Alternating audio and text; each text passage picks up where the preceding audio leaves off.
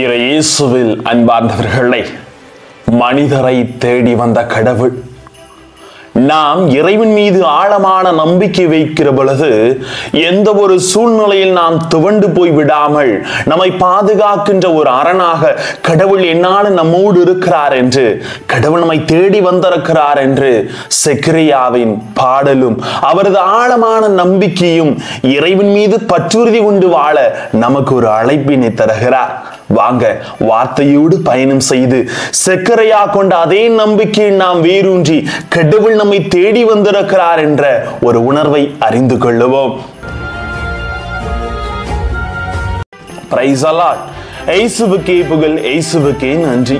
இறைவனின் அருட்கரமும் அருளாசீரும் இதோ பாலனேசு நமக்காக பிறக்க போகிறார். அந்த ஆழமான நம்பிக்கை நம்மை தேடி வரப்போகிறார் என்ற பற்றுறுதியோடு அவர் மீது நம்பிக்கையில் வைப்போம். இறைவன் உங்களை ஆசிர்வதிப்பார். அன்பு உள்ளங்களை, லூக்கா 1:68-70 சொல்லுகிறது, இஸ்ரேலின் கடவுளாகிய ஆண்டவரை போற்றுவோம், ஏனெனில் அவர் தம் மக்களை தேடி வந்து விருந்தளிக்கிறார். ஏனென்றால் அவர் தேடி வந்து விருந்தளித்தவர்களை விடுவிக்கிறார். தம் தூய இறைவாக்கினர் வாயிலாக தொடக்கம் முதல் அவர் மொழிந்தபடி அவர் தம் ஊழியராகிய தாவீதின் குடும்பத்தில் வல்லமையுடைய மீட்பர் ஒருவர் நமக்காக தோன்ற செய்துள்ளார் என்ற உணர்வை இன்றைய நற்செய்தி நமக்கு தருகிறது. செக்கரியாவின் பாடல் கிறிஸ்து பிறப்பு விழாவை வெறு நெருக்கத்தில் எதிர்நோக்கும் நமது வாழ்வின் கொண்டாட்டத்தின் கீதமாக மாற வேண்டும் என்ற ஒரு அழைப்பினை தருகிறார். காரணம், இந்த கீதம் கடவுள் கொடுத்த வாக்குறுதியை நிஜமாக்கியதை நமக்கு பறைசாற்றுகிறது. மெசியாவாகிய மீட்பரின் பிறப்பை பறைசாற்றுகிறது. அந்த பிறப்பு கொடுக்க போகும் விடியலை பற்றி நமக்கு பறைசாற்றுகிறது. இருள் அகன்று ஒளி நிறைந்த எதிர்காலத்தை பற்றி நமக்கு முன்னறிவிக்கிறது. அன்பார்ந்தவர்களை, ஆம், செக்கரியாவின் கடவுள் நம்பிக்கை இன்றைய நற்செய்தியில் நம்மால் உணர முடியும். ஏனென்றால் எந்த ஒரு மனிதனும் துன்பம் வருகின்ற நேரத்தில் துவண்டு போவான். அதற்கு யாரும் விதிவிலக்காக இருக்க முடியாது. எவ்வளவு வலிமை படைத்தவனும் செல்வம் படைத்தவனும் கூட வாழ்க்கையில் துன்பம் என்று வருகிற பொழுது சோர்ந்து போவதை நாம் நிச்சயமாகவே பார்க்க முடியும். அன்பார்ந்தவர்களை, அந்த துன்பம் கடவுள் இடத்திலே வெறுப்பாகவும் விலகி செல்லவும் நம்மை அமைத்து விடுகிறது. ஆனால் செக்கரியா இவற்றிலிருந்து முற்றிலும் வேறுபட்ட மனிதராக இருப்பதை அவரின் பாடல் என்று நமக்கு எடுத்து கூறுகிறது.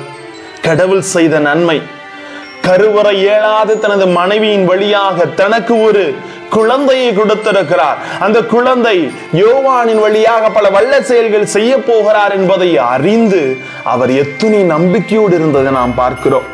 செக்கரியாவின் நிலையை நாம் பார்க்கிற பொழுது அவருக்கு எல்லா செல்வமும் இருந்தது, ஆனால் குழந்தை செல்வம் இல்லாதிருந்தது.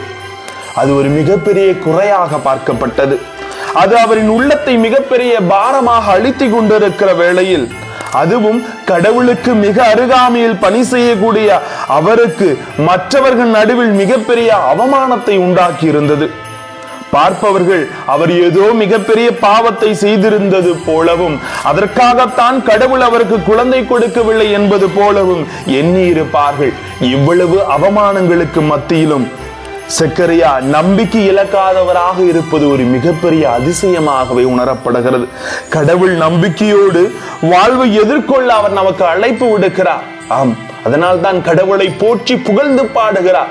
கடவுள் நம்மை தேடி வந்திருக்கிறார், அந்த இம்மானுவேல் நம்மை தேடி வந்திருக்கிறார் என்ற ஒரு உள்ளுணர்வை அவர் சொல்லித் தருகிறார். எனவே இன்றைய நாளில் இன்னும் ஒரு சில ஒரே ஒரு நாட்கள் தான் இருக்கிறது.